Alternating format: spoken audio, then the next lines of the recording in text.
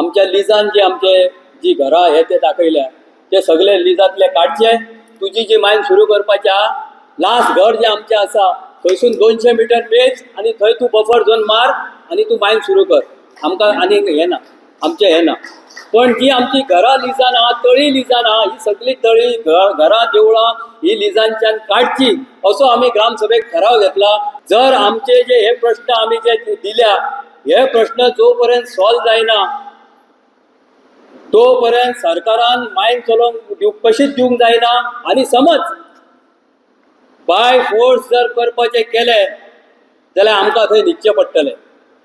आमी ती कशीच चालू करूंक दिवचे ना. कितलींय वर्सां जाली तरी अजून मेरेन ते आमकां हाऊस नंबर दिना. आमी वचोन वचोन थंयसर एवरी मंथ आमी थंय वयतालीं. गेल्या उपरांत ते आमकां एकच सांगताले की तुमची एरिया मायनींग लीज, तुमची जरी तुमची ओन प्रायवेट प्रॉपर्टी आसली तरी सुद्दां ती मायनींग लीज त्या कारणान आमी तुमकां हाऊस नंबर दिना, लीगल हाऊस नंबर दिना. So you better go to the mining department and get NOC from them.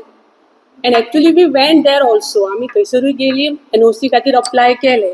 That they are telling over there that this matter is of collector, मामलेदार, you don't come here.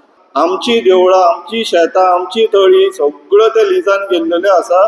त्यो भायर काडपाचो म्हत्वाचो विशय आहा.